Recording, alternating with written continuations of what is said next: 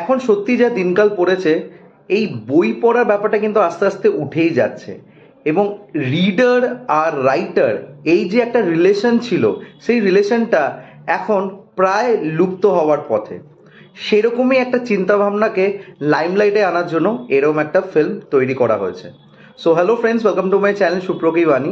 এখন আমি বাংলা ফিল্ম তাহাদের কথা রিভিউ করতে চলে এসেছি, যেটা গতকাল 24 মে 2024 অনওয়ার্ডস থিয়েট্রিক্যাল রিলিজ পেয়ে গেছে। এই ফিল্মটার ডিরেক্টর হচ্ছে সুব্রত ঘোষ।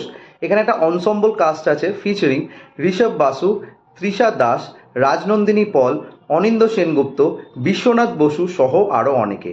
তো কেমন লাগলো এই ফিল্মটি, সব কিছু নিয়ে তোমার সাথে শেয়ার করবো। So why are we waiting for, let's start with the video. ফিল্মটার ডিউরেশন হচ্ছে 1 ঘন্টা 45 মিনিটের কাছাকাছি। খুবই ছোট ফিল্ম, এবং এই ফিল্মটা যেইভাবে তৈরি করা হয়েছে সেটা কিন্তু আম জনতাদের পছন্দ হবে না। আম জনতা বলতে যারা সো কল্ড ফিল্ম গোয়ার্স বা সিনেমা দেখতে পছন্দ করে, তাদের কথা মাথায় রেখে কিন্তু সিনেমাটাকে তৈরি করা হয়নি। সিনেমাটা একটু ইন্টেলেকচুয়াল ওয়েতে তৈরি করা হয়েছে, এবং এই টাইপের ফিল্মগুলো সাধারণত ফিল্ম ফেস্টিভ্যালে যেয়ে থাকে।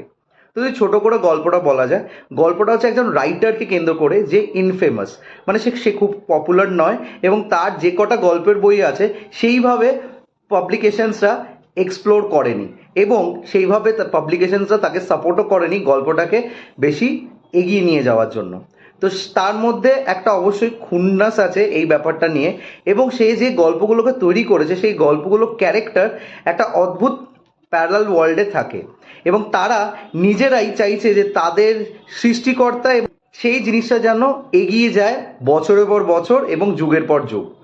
তো তারপর কি হয় এই ক্যারেক্টার্সগুলোর লাইফে, এবং আলটিমেটলি এই যে রাইটারটা, সে কি আলটিমেটলি তার ডেস্টিনেশন পেয়ে যায়, এই সব কিছু বিষয় জানতে গেলে তোমাদের এই ফিল্মটি দেখতে হবে।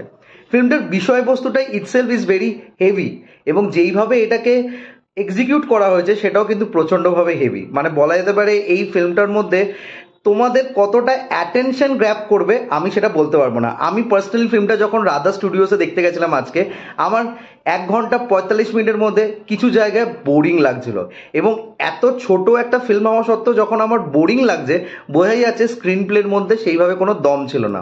তবে কনসেপচুয়াল ওয়াইজ এই ফিল্মটা কিন্তু বেশ একটা স্ট্রং হোল্ড, এবং এরম টাইপের গল্প কিন্তু সচরাচর আমরা বাংলাতে দেখে থাকি না। এবং এখানে যেরকম একটা মুদ্রাকে তুলে ধরা হয়েছে, সেই মুদ্রাটা কিন্তু অবশ্যই একটা তোমাদের মধ্যে ইম্প্যাক্ট ফেলবে যখন এই গল্পটা শেষ হবে। এবং এন্ডিংটা এই ফিল্মটার আমার পার্সোনালি ভালো লেগেছে, যেভাবে এন্ড করা হয়েছে। হয়তো অনেকের কাছে একটু বোকা বোকা মনে হবে, তবে এখানে ডিরেক্টর নিজের একটা ভিশন ইউজ করেছে, যে ভিশনটা তার চিন্তাভাবনায় বা একটা রাইটারের চিন্তাভাবনার সাথে কোলাবোরেশন করে দেখানো হয়েছে, এবং যেইভাবে ওটাকে এক্সিকিউট করা হয়েছে আমার কিন্তু সেটা ভীষণভাবে ভালো লেগেছে। এই ফিল্মটার মধ্যে শ্রেয়া ঘোষালের একটি ভয়েসের গান আছে, যেই গানটা খুব সুন্দরভাবে প্লেস করা হয়েছে, এবং সেই সময় যে সিনসগুলো দেখানো হয়েছে গঙ্গার পাড়ে, সেটা দেখতে ভীষণভাবে ভালো লেগেছে স্ক্রিন জুড়ে। এছাড়া এখানে যারা অভিনেতারা আছে, প্রত্যেকে কিন্তু নিজের নিজের জায়গায় খুব সুন্দরভাবে অভিনয় করেছে। সে ঋষভ বাসু হোক, তৃষা দাস হোক, অনিন্দ্য সেনগুপ্ত হোক, রাজনন্দিনী পল হোক, প্রত্যেকে কিন্তু খুব সুন্দরভাবে অভিনয় করেছে। বিশ্বনাথ বসুর খুবই ব্রিফ অ্যাপিয়ারেন্স আছে, তবে টুইটুকুনির টাইম আছে, সে কিন্তু ভালোই করেছে। এছাড়া রাইটারের ভূমিকায় যে চরিত্রটি আছে তাকে কিছু বিলিভেবল লেগেছে, এবং সেও খুব সুন্দরভাবে পারফর্ম করেছে। আদার্স অনেকেই আছে যারা কিন্তু নিজের নিজের জায়গায় অল্প অল্প করে খুব সুন্দরভাবে নিজেদের অভিনয়টা আমাদের কাছে তুলে ধরেছে। তো overall this is not a typical film যে আমি বলবো তোমরা হলে গিয়ে দেখো, ইউ উইল বি এন্টারটেন। তবে অবশ্যই আউট অফ দ্য বক্স যদি কিছু দেখার ইচ্ছা থাকে, তো অবশ্যই এই ফিল্মটা হলে গিয়ে তোমরা দেখতে পারো। এটা রাধা স্টুডিওসে দুপুর 2টো শোতে চলছে, এবং নন্দনে 4:30 শোতে চলছে। এই দুটো হলে তোমরা গিয়ে এই ফিল্মটা দেখে নিতে পারো। একটা অন্যরকম অভিজ্ঞতা হবে, এবং গল্পটা হয়তো তোমাদেরকে একটু হলেও ভাবাবে। যারা পড়াশোনা করতে ভালোবাসে, বই পড়তে ভালোবাসে, তাদের হয়তো এই গল্পটা প্রচণ্ডভাবে ভাবুক করে তুলবে। তো এই ছিল রিভিউ ফর দ্য ফিল্ম তাহাদের গল্প। তোমাদের কেমন লাগলো প্লিজ কমেন্ট করে জানিও, এবং তোমরা যারা ফিল্মটা অলরেডি দেখে নিয়েছো তোমরা জানিও তোমাদের কি মন্তব্য।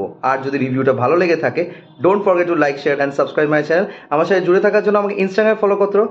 ইনস্টাগ্রাম হ্যান্ডেল হলো সুপ্রো09big2। আই রিপিট, সুপ্রো09big2। Till then stay tuned.